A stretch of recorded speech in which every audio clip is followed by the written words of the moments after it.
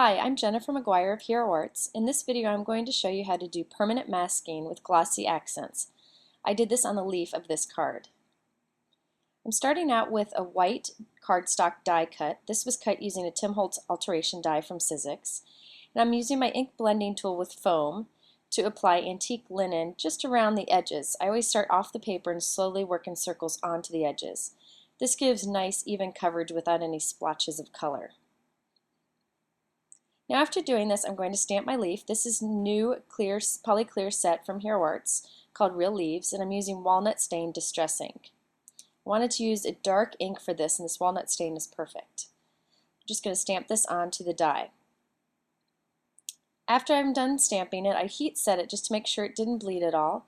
And now I'm going to use glossy accents. This is from Ranger, and Hero Arts sells this product also. And I'm just going to squeeze it over the entire leaf. So I'll go up to the edges and get right along the edges. It's got a nice fine tip, makes it very easy to do. And then I'll fill in the whole surface. Now glossy accents is great for putting a glossy surface on anything, as I'm doing here, but also is my favorite go-to adhesive to add embellishments to cards because it never comes off even when going through the mail. Now to get out any bubbles and to make sure everything is nice and even, I always flick it from behind lightly. You'll see I'm just doing this here, and it just makes everything settle real nicely.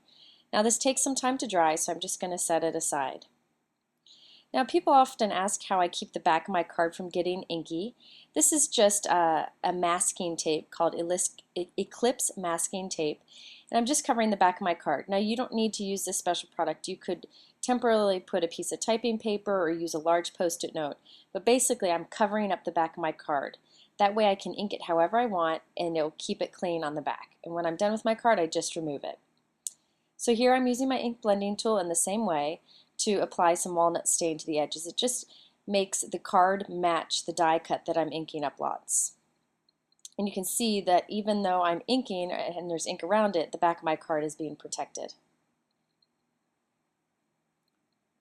Now I'm going to apply lots of distress ink over this leaf. So the glossy accents have dried, and you'll see that it's resisting the inks that I apply. I'm applying Rusty Hinge, Wild Honey, Barn Door, and Walnut Stain. Now this is basically just a resist, but since I covered the entire leaf with the glossy accents, it's actually acting as a mask so that I can ink and stamp over it, and I'm just going to leave it there so it's nice and shiny. So it's a permanent mask. One of my favorite ways to use this technique is to actually do a dotted background with little dots of glossy accent and then stamp over it. Now I'm using a baby wipe just to remove any extra ink that is sitting on top of the glossy accented leaf. You can see it's nice and crisp now. I also decided to go ahead and stamp my Friend Definition cling stamp.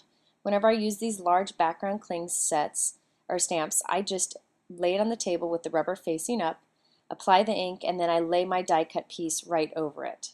So you can see what I'm doing here, and I keep one hand still while the other rubs along the edges to make sure that I'm getting good coverage.